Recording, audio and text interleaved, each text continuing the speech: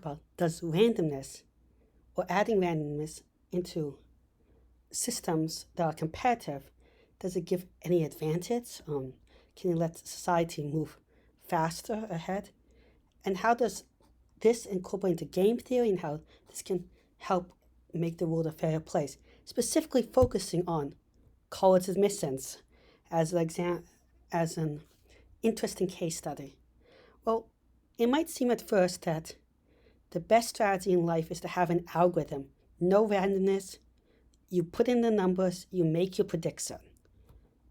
However, oftentimes the best way to pick a choice, pick the best candidate or anything, is completely random or has some randomness to it. Let's talk about rock, paper, scissors, shoes. And I will relate rock, paper, scissors, shoes in a weird way back to college admissions. What is the best strategy in rock, paper, scissors, shoes? Well, most people will tell you you should pick randomly. If I pick any one thing all the time, let's say rock, which is, by the way, what most people pick, well, you can come up with a strategy against me all the time, and that is to pick paper, and you will win every single time. If you notice I pick rock oftentimes, you could do it. And if you notice I pick whatever, you can find more complex patterns. Maybe I pick what would beat you last time. And you can know that you do that, and you can pick something else. Like if I pick rock, I see that, and you pick paper, I see that you pick paper, so I pick scissors. But you know I'm going to pick scissors, so you pick rock. Like you can come up with more ones. However, if I was always just randomly choosing between ones, I roll a dice or I flip a coin or something, so you can't predict what I'm going to pick. There's no way you can come up with a strategy to defeat me 100% of the time. No single way. You can come up with a strategy that your best strategy will give you about one, well, I'm going to pick rock to make it 1/3 of the time a tie, 1/3 of the time you beat me, and 1/3 of the time I beat you. That's a principle in game theory. If you have equally good options, choose randomly. If someone is trying to game the system, choose randomly. It's also an important thing in systems that we make predictions is that if we try to make a prediction too accurate based on one variable, if we try take one variable, V1, and we try to predict V2 with a high degree of confidence, we can go into something called overfitting easily. And that's when I look so much at V1 and I fit this perfect pattern that I can always predict V2. But then if there's a slight mistake, well, my whole thing became complete and utter shit. And it just goes down the drain. If I kind of fit it to V1, not the best, well, there's more wiggle space that it can fit to V2 even V1 is wrong. And I can then fit another variable V2. V3 to V2. And that variable has a little wiggle space. So if the pattern found V1 is false, or has not always true, then V3 might make up for it. I have to do it intelligently because if V1 and V3 interact too much, they can act like a new variable. They can act like one variable, so I have to give for different ones. To illustrate that point, I'm going to horse fit 4 points. There's this famous 4 data points. Okay, so that one was data points, elephant.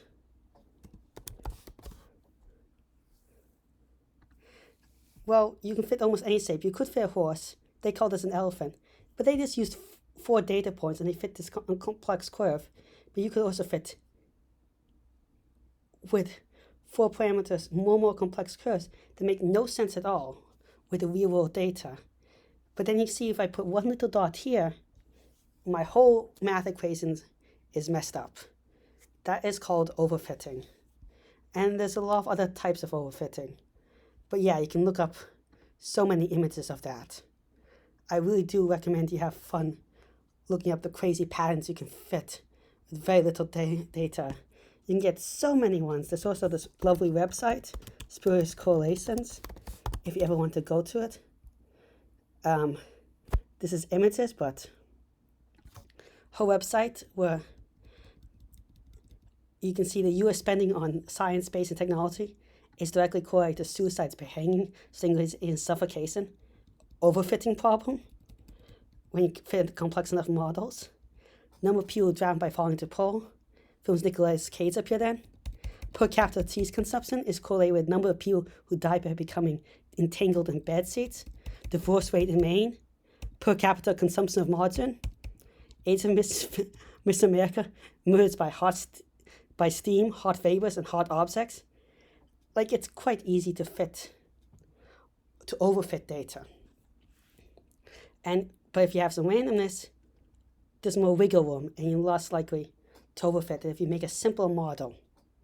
So adding randomness can be good.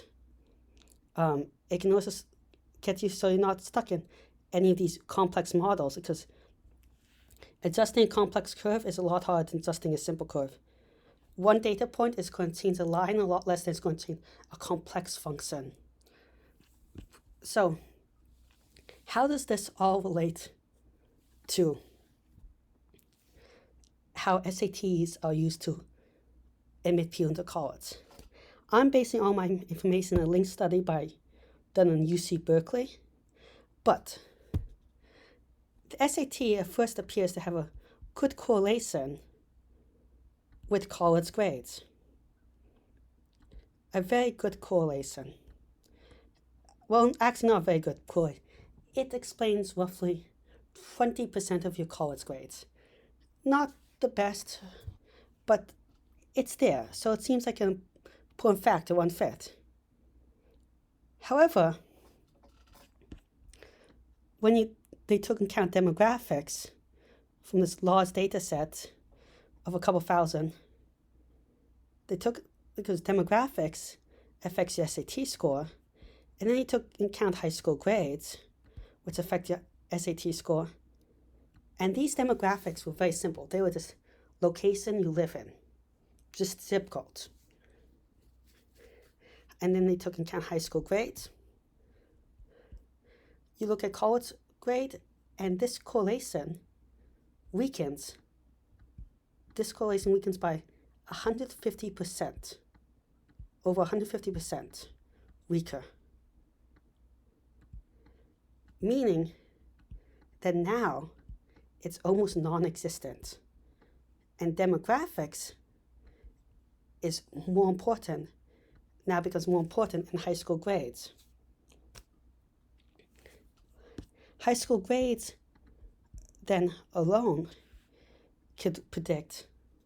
High school grades alone, and this is a simple, more or less linear model. High school grades then become a lot more accurate prediction of college grades if we first take into account how they modify SAT scores. So we take into account how they modify, and we also take into account how high school grades are by themselves correlated with college grades.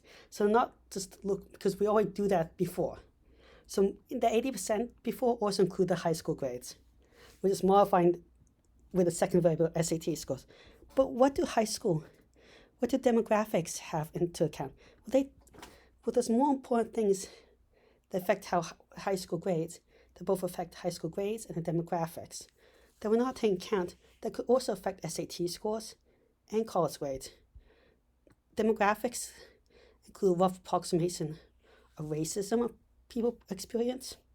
They could grow up in a neighborhood where more people experience racism, sexism, ableism, socioeconomic problems, and prejudice. These are all bad factors that can lower someone's SAT score, not meaningfully, but they're somewhat included in demographics, not fully. But they also include good things that include extracurricular activities, essays. Might be a little bit included in the demographics. How would essays be included in the demographics? Well, you might have a better teacher, or the teachers you have write better essays or stuff like that. Extracurriculars that are available might be included in demographics. Where you live. Classes that you could take could be included in demographics. So demographics has a lot more stuff. These aren't perfect correlations, but high school grades also depend on what classes you take, what your essays, and they're dependent. I'll do a different color to make it nice and clear.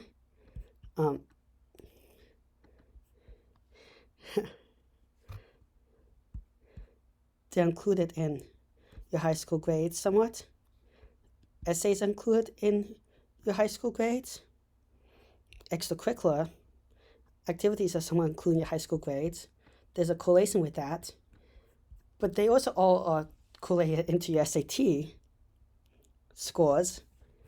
This is going to be hours. Everything is going to be connected by the end, so it's going to look quite messy. Your essay is somewhat predictive of your SAT scores. Your classes you took are somewhat predictive of your SAT scores. I mean, you could take classes that teach you how to be a better writer, or you can have essays that reflect that you're a better writer, which might predict your SAT score. You have extracurricular activities. Maybe you took a lot of SAT prep classes. And then you have all these prejudices might also link up to your SAT score. Maybe your parents had a lot of money to spend on SAT prep classes, or you weren't feeling, or that your SAT prep teacher was racist or sexist or this is standards. So then SAT becomes a proxy for so many factors, and these are factors that all could easily be taken into account in an admission process. All these factors before, but instead we kind of put them into SAT and pretend the SAT is a valid test of college ability instead of looking at these previous factors, which all also directly impact your college grade. All these factors come back to impact your college grade directly. So if we get rid of the SAT and we just look at all these other factors, we can predict your college grade pretty darn accurately. And this, I would say, even though the study only looked at demographics and high school data, but when we focus on this weak predictor called the SAT, what happens? Well, we spend a lot of money on extracurricular activities such as SAT prep. Okay? Does SAT prep truly help you earn better college grades? No. Does we spend a lot of money on figuring out, then we spend more money on writing and taking classes that help you with SAT, which does not help you necessarily get a better grade in college. We then look at the SAT and we think the SAT, which doesn't take into account racism, is a better predictor for college grades than it is, instead of looking at racism, sexism, ableism, and socioeconomic prejudice and trying to account for how that negatively impacts people in college experience. So people that can't afford extracurriculars and classes to prepare them for SATs don't have any other practices to prepare them for SATs get hurt. Oftentimes that's socioeconomic, but it can also be racism, it can also be where they're living.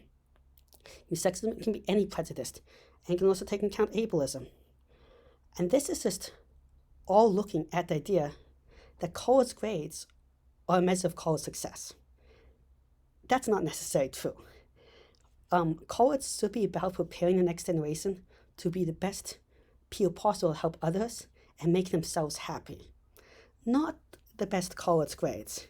That includes teaching them skills, but knowledge giving them connections, making them happy. That's what it should be about. And college grades is itself a proxy. So what we have is just a bunch of proxies. And then when we have a proxy and give this one proxy, SAT, so much confidence, people spend so much money studying for it. Literally, let's just look up SAT earnings. Earning annual. How much does college board make a year? So it's a multi-billion-dollar industry. That includes everything, including more stuff than SAT. So, nearly $600 million, $45 each.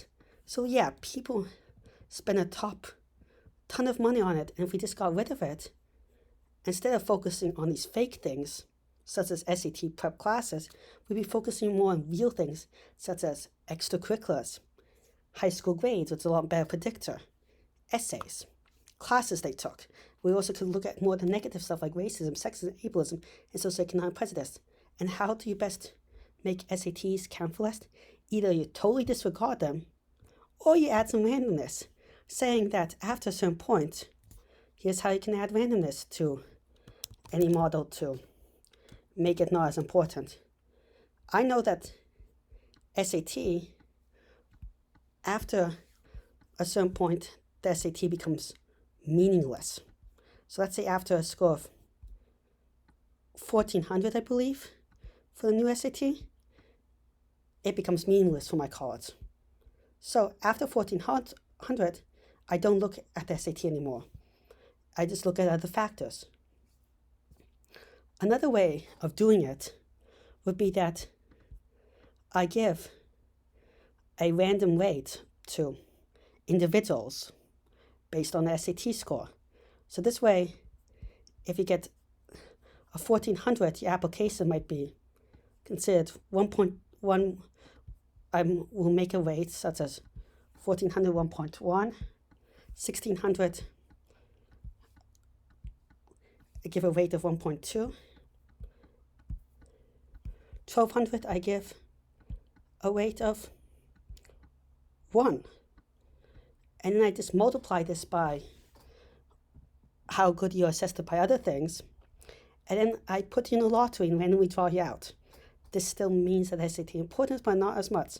And by us looking less at the SAT, kids will actually do better in school and stuff because they'll take less SAT prep classes. The SAT will slowly become less and less important. And other measures will become more important and more meaningful and more prepare people better for success. But also, stuff like socioeconomic problems won't be as big of a deal because people could afford more of these other things that are hard to afford. The SAT is a very privileged thing with spending hundreds of dollars on it. But we could extend this. What if our model doesn't take into account? We could extend this to hiring practices for businesses, or not every small-scale business, but a large-scale business that doesn't personally see people. Grad school examinations, something like that. One of the best ways we could look at something is we just see if you're competent enough. Competent doesn't mean that we don't let everyone in. A competent neurosurgeon is still a damn difficult thing. Being a competent fighter pilot is still damn difficult. But we randomly select from the pool that we think is good enough. This would also get rid of biases we don't necessarily see. A huge problem is invisible bias that we don't take into account, and there's no good way to fix invisible bias with any system based on people just writing stuff down. Someone might have a bad home. If we overly focus, if we are too strict on any admission process, we might not take into account that they have bad living conditions with abusive family that didn't let them succeed as much, and when they're out, they might succeed more. They might have a disability they did not put on paper. How do you rate disabilities? How do you rate every single form of prejudice? But if you let in more people from a random sample, you're more likely to get those people. And those people are more likely to change the system and increase it. There's also the idea that being overly selective in college can hurt in any process, can hurt the long run. Maybe in the short run it's better, but in the long run it might be worse. Let's say person 1 is more qualified for a job, but person 2 can do it just fine. Okay, totally true. Person 1 is more qualified for a job, but there's not really a big difference. Or practically there's not a big difference. Person 1 gets a job in our system, gets a job.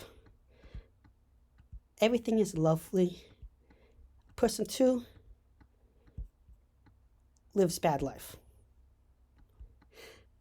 Lives bad life because of systemic problems. And yeah.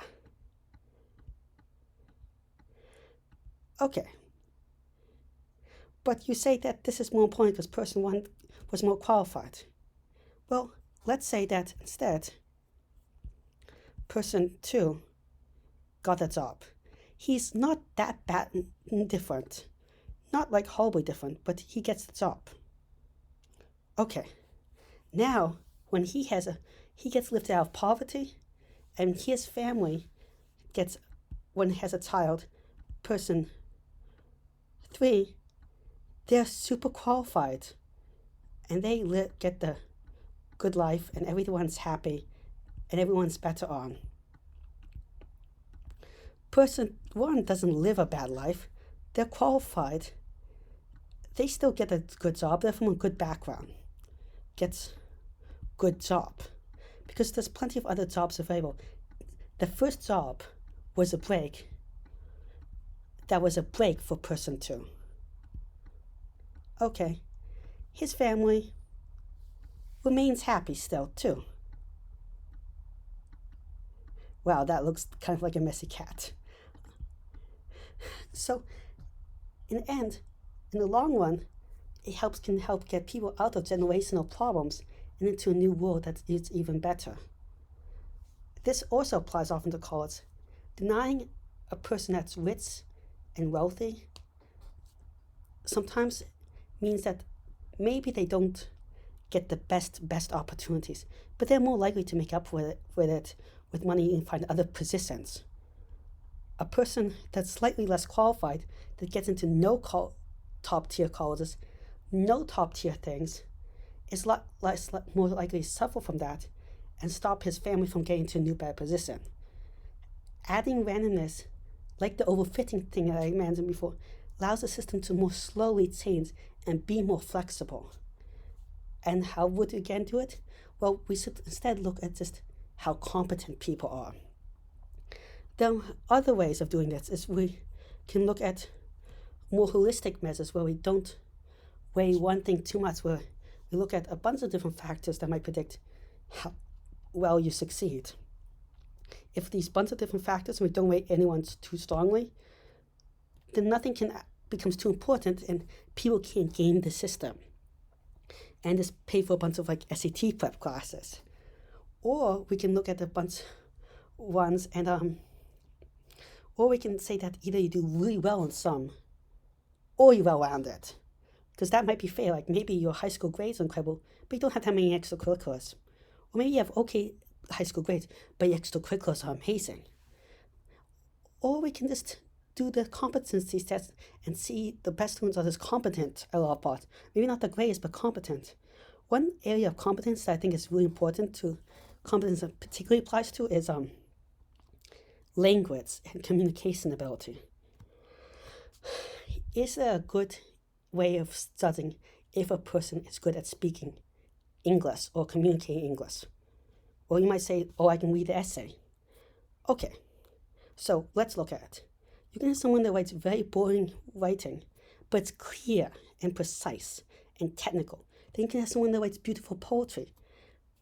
Oh, they're both good writers, but maybe one can't do what the other one does.